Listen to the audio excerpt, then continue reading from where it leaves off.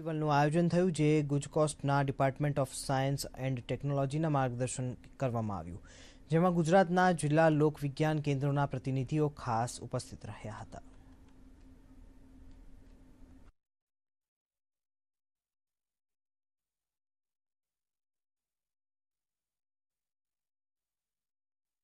Digital કોમ્યુનિકેશનના જે વિવિધ ટૂલ્સ છે એના માધ્યમથી કઈ રીતે સ્ટેમ એજ્યુકેશન એટલે સાયન્સ, ટેકનોલોજી, એન્જિનિયરિંગ અને મેથેમેટિક્સ એ સ્ટુડન્ટ્સમાં અને લોકોમાં એનું પ્રચાર પ્રસાર થાય, સાથે સાથે તમામ લોકોમાં સાયન્ટિફિક ટેમ્પર કઈ રીતે ડેવલપ થાય અને આ પ્રકારની જે તમામ એક્ટિવિટીઝ છે એ ડિજિટલ કોમ્યુનિકેશનના માધ્યમથી લોકો સુધી પહોંચે એના માટેની આજે આ વર્કશોપ છે.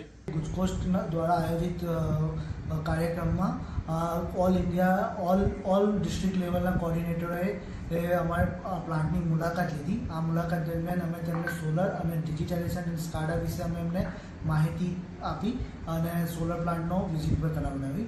હવે એ લોકો એમના પોતાના જિલ્લામાં અને પોતાના શહેરમાં જઈને એ જે માહિતી પ્રાપ્ત થઈ છે એ પોતાના વિદ્યાર્થીઓ જોડે શેર કરશે. ડિજિટલ ટૂલ્સ અને સાયબર ક્રાઇમ સાથે ભીલા ખાતે ડિજિટલ સોલાર પ્લાન્ટ વિઝિટનો કાર્યક્રમ પણ રાજ્યના વિવિધ જિલ્લા લોક વિજ્ઞાન કેન્દ્રના પ્રતિનિધિ દ્વારા અહીંયા કરવામાં આવ્યો છે અને ડિજિટલ દ્વારા સોલારની સપ્લાય કેવી રીતે થાય છે એની સુંદર માહિતી પ્રદાન કરવામાં આવી છે.